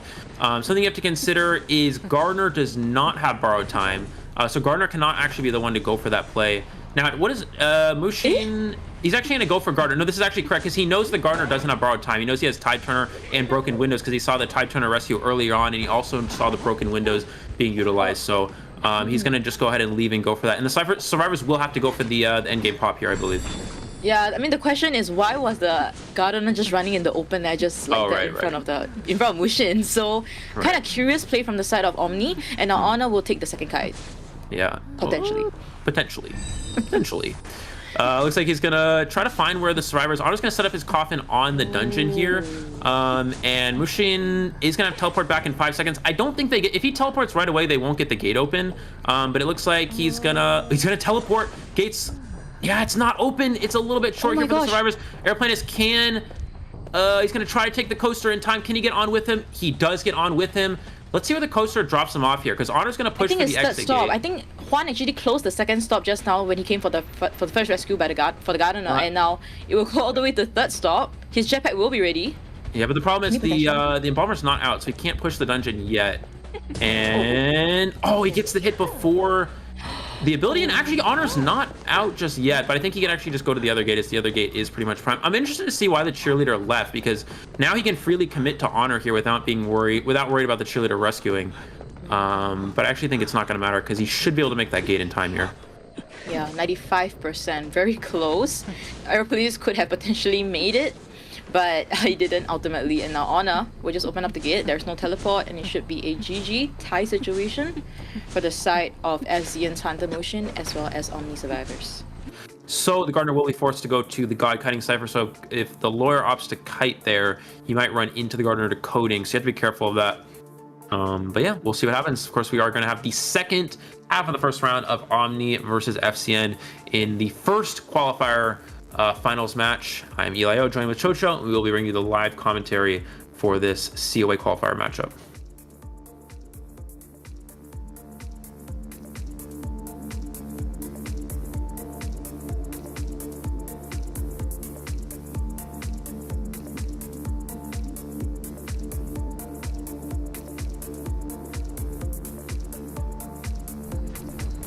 And yeah, just like you predicted, going straight for the lawyer, and Gardener is rotating towards the bridge area where the mercenary is. So we are seeing that rotation from the side of the Gardener, and will the second stop be pressed such that Scar can actually potentially sit on the roller coaster and go all the way to third stop? Yeah, it's going to be a leech hit right away here. So as the lawyer, you need to wait for the spawn to get here before you take coaster. And he's going to take coaster right away. Now the question is, can pit stoppers get here before? It looks like the stop sign was hit, and he's actually able to take it all the way across the map here. Of course, as a Dream Witch player, you can catch up pretty quick. So, you know, obviously that's the power of Dream Witch. You have that speed to work with. And so now we do have the patroller available. So let's see if Scar is able to potentially kite this out. It does have a flywheel available. We're going to see the patroller drop right away. There's the pallet down, and he needs to use his time to transition away here. Now it comes down to timing these pallets, right? So he's going to go for the first time on this pallet here. He's able to get the vault up before the hit there. Is he able to flywheel the next one? And it looks like he's actually going to use the pallet instead here. And gets the vault off. Did he time that is the question. Yeah, looks like he did time it out there. So he's actually able to kite out the patroller. So that's a pretty strong start for the survivors here. Yeah, amazing cut coming from Lawyer. I mean, just with that one patroller bite, able to time it perfectly for each bite, actually, in fact. Yeah, it's amazing stuff coming from Scars. And now we're seeing how he's gonna rotate around this area and potentially play around these pallets. And the spawn, second spawn already is ready. So that was the amount of time it needed to actually down the Lawyer. So yeah, it's very raw kite coming from Scar, and it's doing amazing. We're going to see another patroller here. So forced to use the second patroller. Never ideal for the Dream Witch side here. Now the bite is on the vault, so if you're the survivor, you need to time that 1 second off from usual here. So able to get that first one. Oh, gets the hit on the vault here and will finally secure the down. But I think this is pretty optimal for the survivors. Now something to watch out for is this is the basement, right? So while this is a good first kite, Dream Witch basement can be quite strong. If you're the mercenary, you actually have to go for this rescue super early here. I definitely like pit stoppers pushing the basement. Now the biggest question is, do the survivors go for this rescue, right? Because obviously it's very difficult to rescue basement against a Dream Witch. They could just sell and push Cypher machines and play for the tie, or they could go aggressive and try to go for the win. It really just depends on, I guess, their mindset here. Yeah, in the bottom left, we do see the mercenary just crawling and just giving that tinnitus such that Hunter wouldn't want to push out with the main body. But regardless, though, pit stoppers is near, I believe, the acrobat Cypher. Will give that mark once again, and mercenary seems like he kind of got that hint that, because I mean the mark is no longer gone at the basement. So yeah, mercenary, will he go for this rescue though? Yeah, it looks like 2 followers are here, so Mercenary does now have a safe rescue option. We're going to see a patroller from the Leech follower here is able to patroller onto the Mercenary. I don't think this is going to matter. This might just be a mind game situation here. This does force the survivors to start a new Cypher machine, and is going to hit onto the Mercenary there, and we're going to see the rescue take place. Does Mercenary opt to body block, or is he just going to leave? He's just going to leave here. This does force the Hunter to bring the spawn follower over to pick him up, or re-leech the lawyer. So looks like he's actually gonna go for leech onto the Mercenary instead here, I believe. Yeah, or no, Mercenary's acrobat, actually able to get away. So and the acrobat just removed his leech, so he can safely decode that 61% cipher. Yep. You know, Pitstopper doesn't want to waste his mark on this lawyer already, so we'll just leave. And that's smart. And now I agree with Acrobat trying to push that last cipher. Yeah, that's smart not to waste your leecher, because if you waste your leecher, now you lose your endgame control. The survivors do manage to pop for the endgame here. You lose your endgame control, right? Having that extra leech in play, because now he wouldn't be able to leech the Acrobat, but in this case, he is able to do so. Now the question is, if you're the Acrobat, do you push this cipher to the pop here? Cipher's 99. It looks like they're just going to go straight for the endgame. FCN really going for this. Pitstoppers is not going to leech. He's actually going to hold his leech a little bit longer. He's going to switch to teleport. So he's really trying to play a bit aggressive. Now, you do run the risk of getting kited because you don't have Blink or Patroller to work with, but of course, you are able to have better Cypher pressure at this point, or better map pressure at this point. Looks like Pose is going to go to the other Exegate with the Acrobat, and it's really just going to be a commit onto this Gardener at this point. Yeah, it seems to be leaning towards a tie situation. I will see how Sally kites this out. Will she be able to generate a shield successfully and rotate over to the other side of the map? But yeah, just will be dodging that hit due to that missed time from side of Pitstoppers, and Dungeon seems to be quite far from here. Yeah, so she's going to try to get that bubble, it looks like. And is going to secure the down there, yeah, onto the Gardener. Drimwich can teleport, but Exegate is already open here, of course, and this is going to be, looks like a tied game, so it looks like we're going to have a 4-4 for the first round here between these two teams. We talked about how this is sort of a rematch between these two teams, right? We saw Omega, or OM take the first victory, FCN take the second victory, and now a tied 4-4. Cheerleader, you can immediately rotate around to the top right square and then go down to the hotel where the catapults will be set up. But if you spawn in this restaurant area, you're unable to do so. So interesting spawn from Omni, but we'll see how it does work out here. Looks like what YS will be most likely having the first kite for the, I think, third time today. So let's see what he's able to do against Mushin on the Hunter side of FCN. This is the first half of the second round of Omni versus FCN. I'm Eli-O, joined here with Chocho. We will bring the live commentary for this Call of Best 7 qualifier matchup.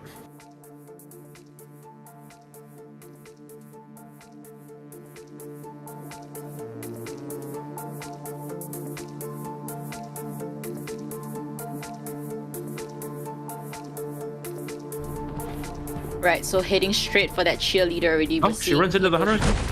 Yeah, and in the lion cage area, and yeah, has no support at all. He will just be a solo kite with your own items being used here, but the distance established is really big. Oh yeah, already 2 chips immediately here from Mushin, and no Cypher progress from the survivors at all. So this is a really good start. YS definitely wants to utilize this pallet here. Is able to speed was past this the chip there, so excellent utilization of the ability here. He's gonna have to use the second one if he wants to. Oh, he gets the hit before the ability gets utilized. So what YS, unfortunately, the misstep there, that's gonna cost the Omni survivors here. You see only 30% on one of the Cypher machines and only 20% on the others here. So I mean, this is a really fast down. I think what YS tried to counter rotate the Hunter, but accidentally it didn't work out. He actually ended up running into the Hunter, and that sort of cost him that early kite.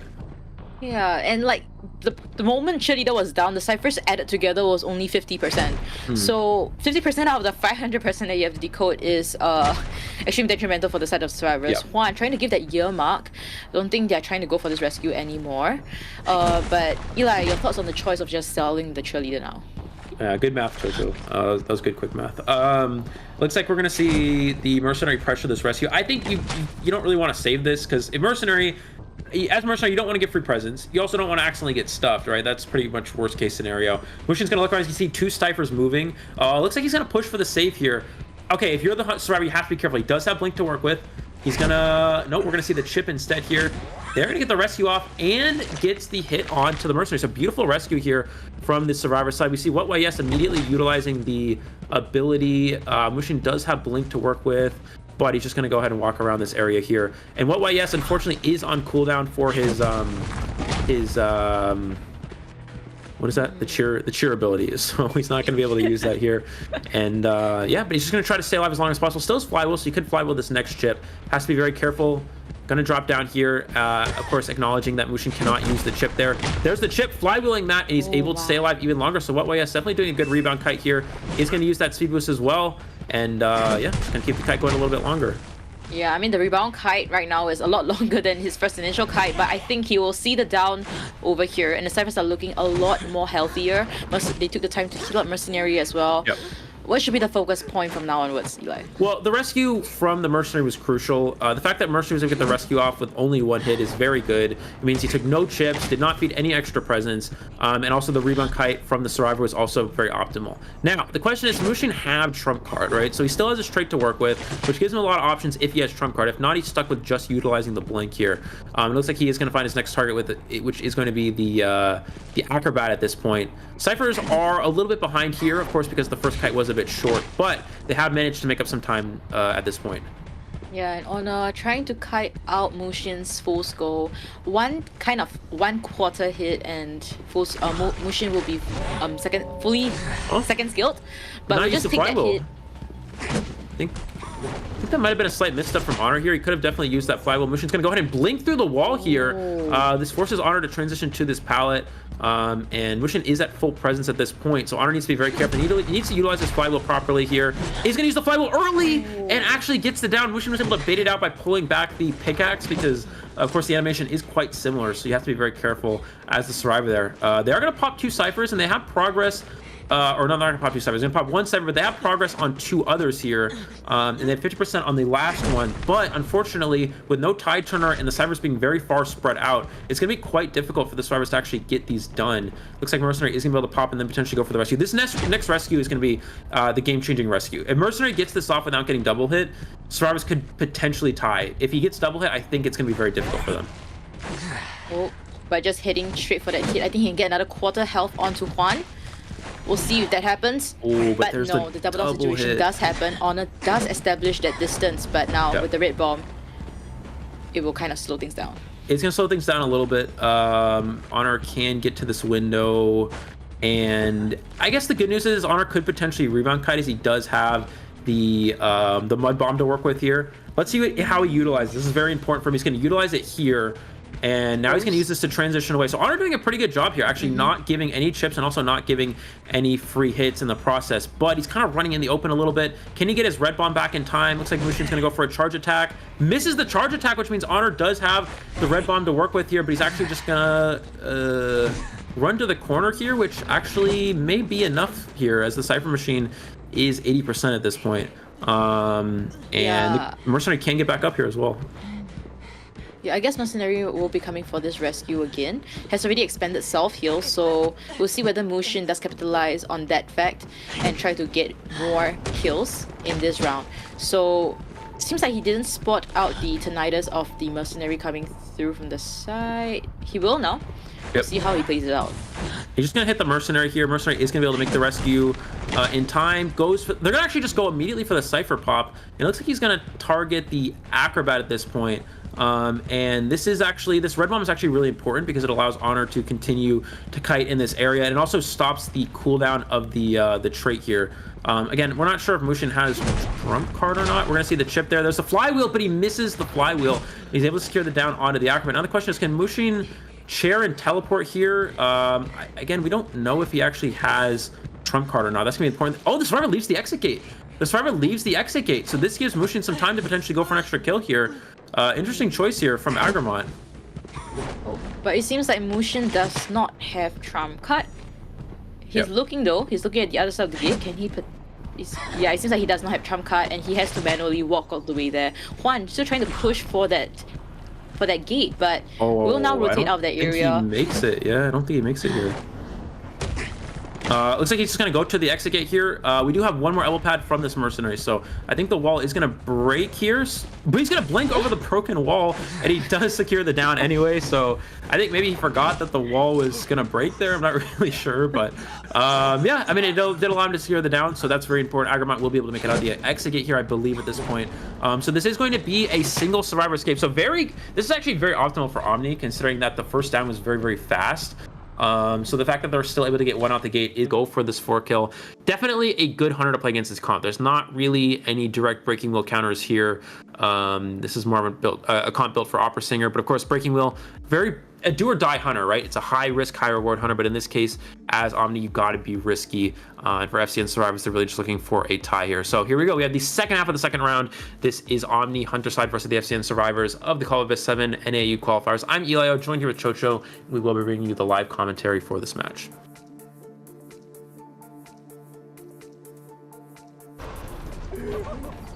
Yep, heading straight towards the center area and don't want to deal with the embalmer at the hotel area. We'll be trying to chase Antiquarian Scars over here, and we'll see whether Scars will give that easy spike onto Pit Stopper, and we'll see that she's using the stick to actually gain that movement speed, but it does work out. So it does work out indeed. And also what's interesting is he had an option to go straight for Embalmer, but actually decided not to instead here. And so far, Scar doing a pretty good job avoiding this this wheel here. Pitstopper's having a hard time getting this first. Oh, he misses it again. Okay, he is able to get the first one down there. That's very important. Looks like Pitstoppers has trump card and insolence, so he actually does not have the detention, right? So he's going to go for a very aggressive build here at this point. And now if you're Scar, you got to be a bit careful. You want to use your stick, but Pitstopper's missing the trap there is very important. Does have Blink to work with. Is Scar going to be able to use the stick here? Goes for the drop. He's going to try to go for a blink here. Can Scar potentially avoid this blink? Goes for the trap again. Able to avoid this as well. Goes for the blink and does connect at the edge of the hitbox there. And is able to secure the down. So excellent job from Pitstoppers to get this down fast enough, right? It looks like it was going to be a bit of a hard time for him if he's able to use that stick. I think Scar was potentially playing around the excitement, right? He didn't want to go for the stick too early. It looks like we're going to see Mercenary come in early here for the rescue. Yeah, looks like Mercenary's coming in early for the save. Double chip there. He wants to not get double hit. Elbow pad away. Nice job from the Mercenary not to get doubled down, but unfortunately for FCN Survivors, it is going to be an early save here. Yeah, and Polars will be cornered here. Can he get that spike onto him? It seems like he will, and Polars is running towards the same direction as Scar. So, yeah, they're kind of running on top of each other, but Pitstoppers will still focus on Scar, and the Embalmer Coffin does will be used in an instant. Will be utilized here. Yeah, they were able to get the face of the Antiquarian, it looks like. So they are able to use this coffin here, and Survivors will just use this time to push the Cypher Machines. But FCN is a bit behind on decoding progress at this point. So yeah, this is very this is gonna be a bit difficult for them. And Momo's able to flywheel the wheel for him, so he's not going to pick up a spike there. I actually think that's the correct play. You don't want to give any free spikes at any point here. And Scar at this point is just going to try to stay alive as long as possible. Able to avoid this chip here. Able to avoid it again. Pitstoppers needs to use his extended spikes. I'm not really sure what he's waiting for at that. We are going to see the extended spikes and utilize. He cancels the full presence there. That's actually really important. Gets the trap. Is this going to be long enough? He's going to body block. He's going to vault, and he gets the vault off in time. Another trap misses, and he gets the speed boost to transition away. That is game-changing for FCN. If Pitstoppers gets that down there, he's in a great position to 4-kill. Now that he allows the Survivor to kite even longer, that's going to be very game-changing. He goes for the switch into the Pal. Does he get the Pal? Oh, beautiful play from the Novelist. And Momo, you know, he's carrying them once again, it looks like. Carrying them once again. But the FCN definitely, they're all putting their effort into this. Now Scar trying to kite it out once again. The spike burst will happen soon. He missed the snap. It happens, but he missed.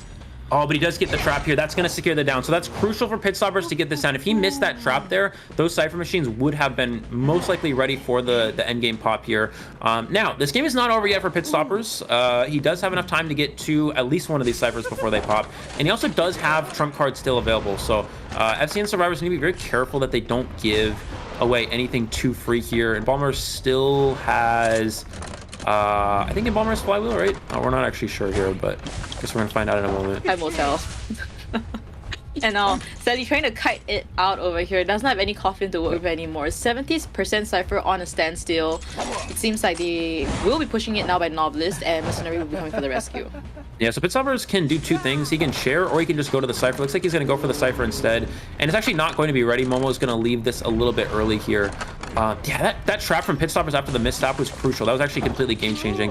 We're gonna see Novelist is gonna flywheel to try to avoid the full presence. Of course, he didn't have it. He needs to be very careful not to get Blink terror shocked. Okay, he is gonna take the basic hit here, it looks like. I'm not sure, does he commit to Novelist or does he go back? Looks like he's gonna go back to the survivors to potentially prevent them from healing at this point. Momo's gonna rotate back to the Cypher, but will get baited out a little and trying to find an area to kite, but the spike will land onto Momo. Yeah, he's gonna be able to secure the down here. Survivors are going to, looks like they're gonna heal the Mercenary here. And yeah, the Hunter still has trump cards, so this game is definitely not over just yet. He's able to chair on the last Cypher machine as well. So this is kind of interesting. If the Survivors are they going to open a new Cypher? Are they going to? Oh, he looks like he's going to switch to abnormal. I think this is pretty good. This forces Survivors to either open a new Cypher or. Yeah, I think this is actually fine. This is going to put a lot of pressure on the Survivors to start a new Cypher machine and get progress in.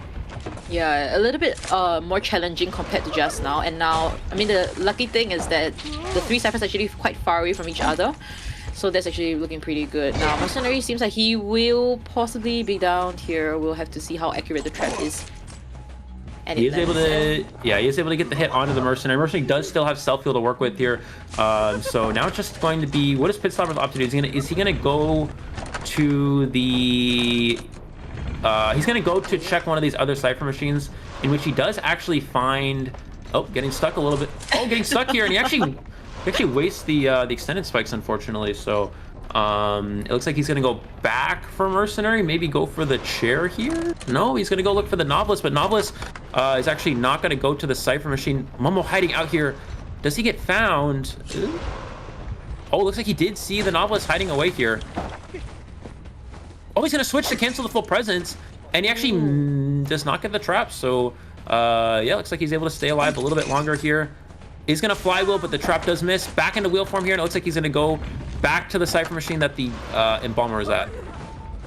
Sally will try to kite it out over here, but Belief doesn't have a flywheel to work with. He's going to use the... Oh, pass. Interestingly, using the pallet when the Hunter's in wheel form, you definitely want to conserve that if possible. Sally's gonna not vault the window here. Pit Stopper's trying to red light mind game here, but it looks like he's unable to get to pull that off here. And we see the Mercenary pushing the last Cypher machine. So on top of each other. Oh. Yeah, Momo in front. And now, yeah, Momo is just in a situation where she's just recording the Hunter's face. Polars will rotate out away from that Cypher. Drop down, speed at 0. Yep. Pit Stoppers will speed up all the way to the other side of Cypher, but Polars is already far gone. So Momo will have a chance to heal up Sally instead. Yeah, it's really... Oh, wow, that I didn't even know that you could do that, but he's able to get the spike through the wall there onto the Mercenary. Survivors need to push Cypher, because Mercenary doesn't have self-heal, right? So if Mercenary goes down, then... No, looks like he's gonna go for the chair actually. So Survivors are gonna stop to heal here. They have two Cyphers with a lot of progress, but Pit Stoppers does, I think, know where they are here. Looks like they're gonna heal Embalmer, and then yeah, what do? Do you go to this other Cypher, or I'm not sure what the game plan is here. Yeah, kind of in a stuck situation. Pit Stopper actually didn't manage to see Sally coming down from the stairs, but Will now with that blood trace behind. Novelist is trying to rotate to the chair, I believe. Yeah, looks like Novelist is going to pressure the rescue. Sally needs to... Oh, is unable to avoid his spikes there. Does she have flywheel? Does not have flywheel to work with, so he's able to secure the down. Sally does have self-heal here, but he's going to go ahead and change onto the Novelist. And I don't think Novelist can actually make this rescue in time, so this definitely is a possibility for a 4-kill here. He's going to get out of wheel form. Momo's going to go for the switch, which could allow him to make this rescue. I don't know if he has flywheel, though. He's going to wait to use the trap here. There's the trap. Oh, but he flywheels too early. Yeah, and he's going to be able to secure the down there. Now, seems like that solidifies that 4-kill. Interesting to see that we do have the same spawn that they went for the same spawn where they go for like the zigzag, the Tetris shape thing. But yeah, anyways, it looks like this is going to be a big matchup. Mushin definitely is going to try to push for at least a 3-kill here. Yes. So we will see how this matchup will potentially play out. Potentially final half in fact, but we shall see how this turns out. FZN's Hunter versus Omni Survivors in round 3, first half. We'll bring you the live commentary is Chocho as well as Eli O.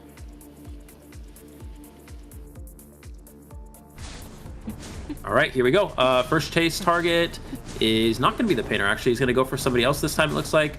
Machine's going to go ahead and head towards the middle here, finding the location of the mercenary. Nope, actually going to change on to Agramont the Dancer. Double slow box set up for Agramont here.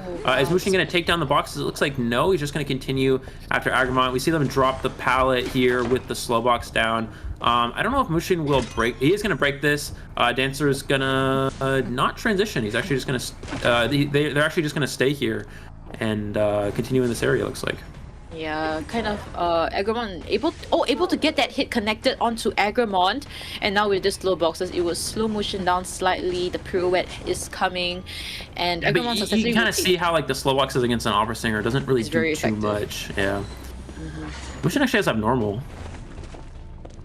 Oh, a little very interesting things coming from Mushin. I mean, initially brought teleport in the Moonlit River Park match. Now is a abnormal. We'll see how he plays it out well. Now Agramont able to successfully rotate into Graveyard, and really, that rotation wise is making it very hard for Mushin to actually get that second hit onto the Dancer, but the Terror Shock does connect, and almost a really nice bait there from Agramont. Very close, but Mushin does get the hit there. And unfortunately, that does feed a little bit of extra presence as well. Now Mushin does, okay, so he, as we mentioned, does have abnormal, right? So this is very interesting. Is he going to be able to abnormal one of these ciphers here? And it looks like it depends on if this cipher has progress or not. He's gonna go check, and I think it's not this cipher. I think it's a different one. Looks like Mercenary is gonna go ahead and feed Tinnitus here, but he's gonna go for the rescue. I'm not sure. Seems like he will. He just padded once towards the chair. Can he get this before half rescue? It's a Mushin. Okay, he does make it in time here. We're gonna see a mind get. Oh, Terror Shocks the Mercenary here with the charge attack. Interesting one. Went for the rescue. You saw that his charge attack is very easy to read. It's a very slow hit, so you can easily just pull off the chair. But this double down from Mushin is actually super important. This could be game changing. Now, the rescue was before half, so that was crucial for the survivors of Omni. But that Terror Shock could be have a big impact here. We'll have to see. Yeah, definitely a good step in the right direction. It leaves the opening for Mushin to potentially go for potential 3 kill, if not 4 kill. But unfortunately though, I mean, Mushin hasn't been able to effectively use his abnormal just yet. That's right. So hopefully he will be using it soon. But the ciphers wise, it's not very near the area as well. They will start their 5th cipher by Honor in the middle double story area. WWY being pressured.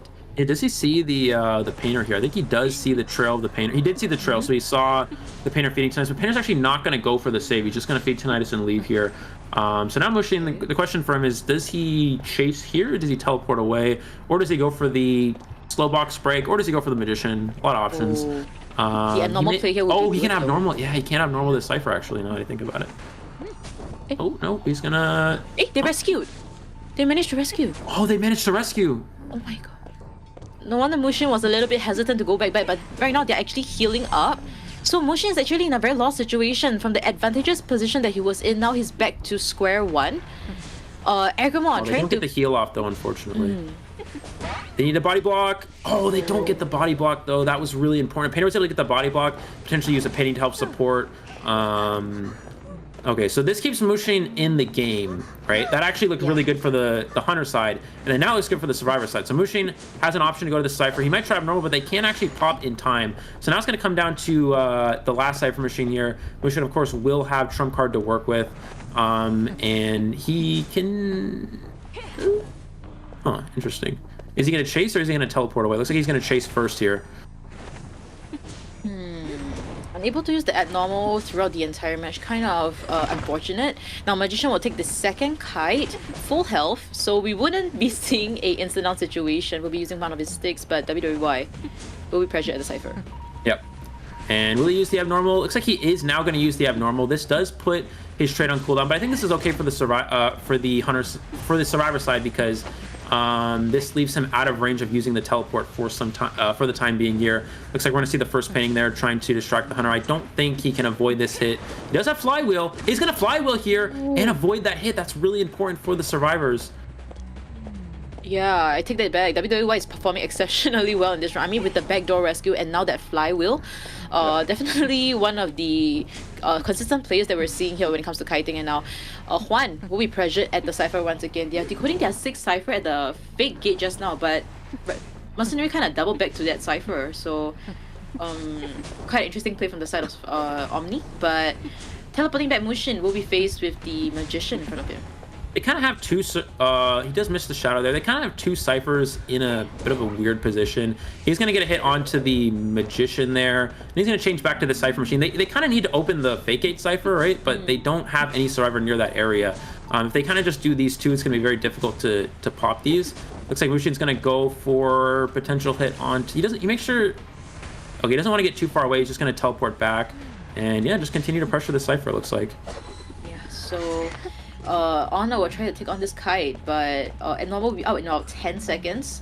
So if Mushin can't really get the down to Magician, he should be back there to just give the abnormal once again. But the pallet's stun from Honor. Amazing kite. Yeah, so now as the Hunter, you have to change back to that Cypher Machine. Does have the abnormal ready, so he can't abnormal this Cypher again. Keep in mind, he's only abnormaled once, which means this abnormal progress will be still pretty good here. It's going to knock it down to 38%. And now Honor is going to want to pressure the other Cypher, but actually didn't go back too early. So good job, discipline from Honor not to go back too soon here. Does still have this pallet to work with. Yeah, so... Mushin is actually getting pressured from left and right, one side from the graveyard, but Terror Shock does register onto Honor, and seems like WWE is actually starting the Fake It Cypher now, and Juan has to come for the rescue, so I guess nobody will be pushing that Geisha Cypher. Yeah, it looks like they're going to open that new Cypher Machine here. Again, the goal for Mushin is at least get a 3 kill, right? So that way the survivors could get a 3 escape. And so it looks like Mushin's going to check the Cypher progress here. He's going to drop a shadow around here, maybe try to find where the Mercenary's hiding at, but Mercenary is not here. He's actually going to go, looks like straight to the other Cypher, I believe. Yeah, WWY will be pressured slightly to leave that Cypher, but Juan is not here just yet to get that rescue onto the Magician. So yeah, we don't have any view on where Juan is at this point, but he should be coming for this rescue after half. Yeah, he's going to go for the after half rescue. Looks like Mushin's going to go back to the Cypher yet again. Maybe bait the Survivor away, then teleport back, or maybe just commit here. I'm not really sure. We do have one more painting for What Why Yes. He's going to TP back here. So he needs to try to down Magician before the Cypher's primed. It's already 80% though, it looks like. Magician does have a flywheel and a wand. It's really important that he uses this properly here. There's the... He does not use the wand, and the Cypher's not primed. So I think that Honor maybe... I maybe thought the Cypher was primed. I'm not really sure, but yeah, they are going to be able to pop for the end game here. As the rescue, I believe, was after half. Yeah. So now it just comes down to this end game situation. Mushin does have trump card. Now Mercenary does not have self-heal. Well, it does not have self-heal. So if you hit the Mercenary and teleport onto the Painter, that could be enough for the win here. Let's see though. And yeah, they're kiting on top of each other very soon. They're running towards the same direction. If Mushin doesn't find anybody here, he can teleport. He can teleport, yep. I think he needs to just TP away here at this point. He needs to teleport here. Is he not going to teleport? The gate's going to open. 80%. 90. And the gate's open. And Mercenary can go for dungeon. Mercenary, and he's gonna make it out the dungeon. That's gonna be a tied game. Ladies and gentlemen, that FCN Survivors has to get that 4 elimination to qualify, whereas Omni Pit Stoppers just need a one kill. So for escape for the side of Survivors to get that qualifying opportunity. So now this will be between Omni's Hunter versus FCN Survivors. Round 3, second half, last half already, between these two teams, and I'm Chocho, and I'm joined by Eli O, bringing the live commentary of this match.